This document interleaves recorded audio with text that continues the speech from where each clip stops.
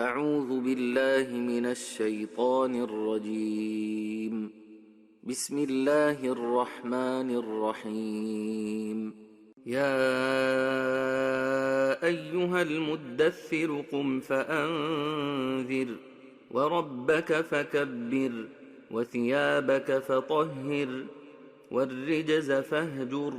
ولا تمنن تستكثر ولربك فاصبر. فإذا نقر في الناقور فذلك يومئذ يوم عسير على الكافرين غير يسير. ذرني ومن خلقت وحيدا وجعلت له مالا ممدودا وبنين شهودا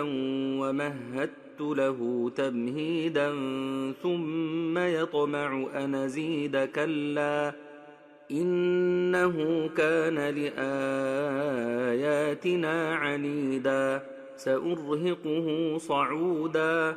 إنه فكر وقدر فقتل كيف قدر ثم قتل كيف قدر ثم نظر ثم عبس وبسر ثم أدبر واستكبر فقال إن هذا إلا سحر يوثر إن هذا إلا قول البشر سأصليه سقر وما أدراك ما سقر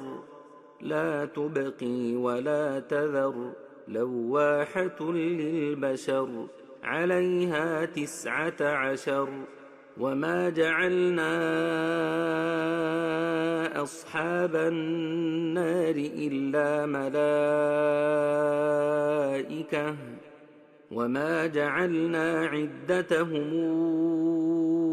إلا فتنة للذين كفروا ليستيقن الذين أوتوا الكتاب ويزداد الذين آمنوا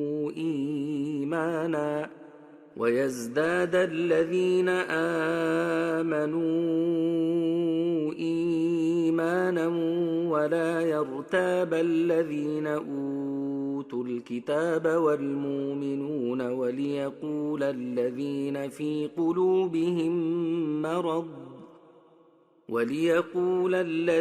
في قلوبهم مرض والكافرون ماذا أراد الله بهذا مثلا كذلك يضل الله من يشاء ويهدي من يشاء وما يعلم جنود ربك إلا هو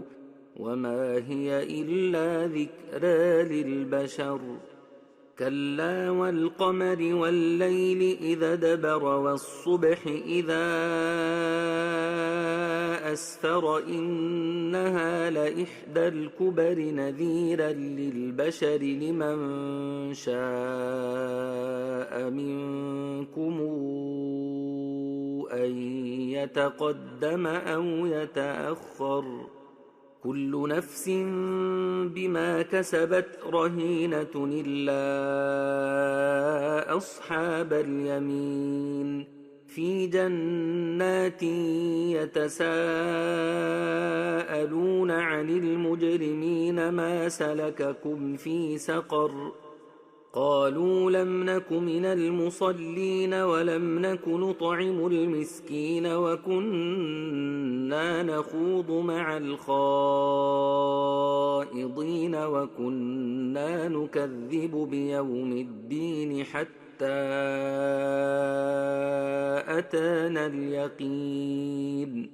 فما تنفعهم شفاعة الشافعين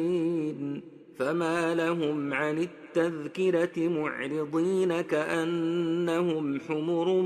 مستنفرة فرت من قسورة بل يريد كل امرئ منهم أن يؤتى صحفا منشرة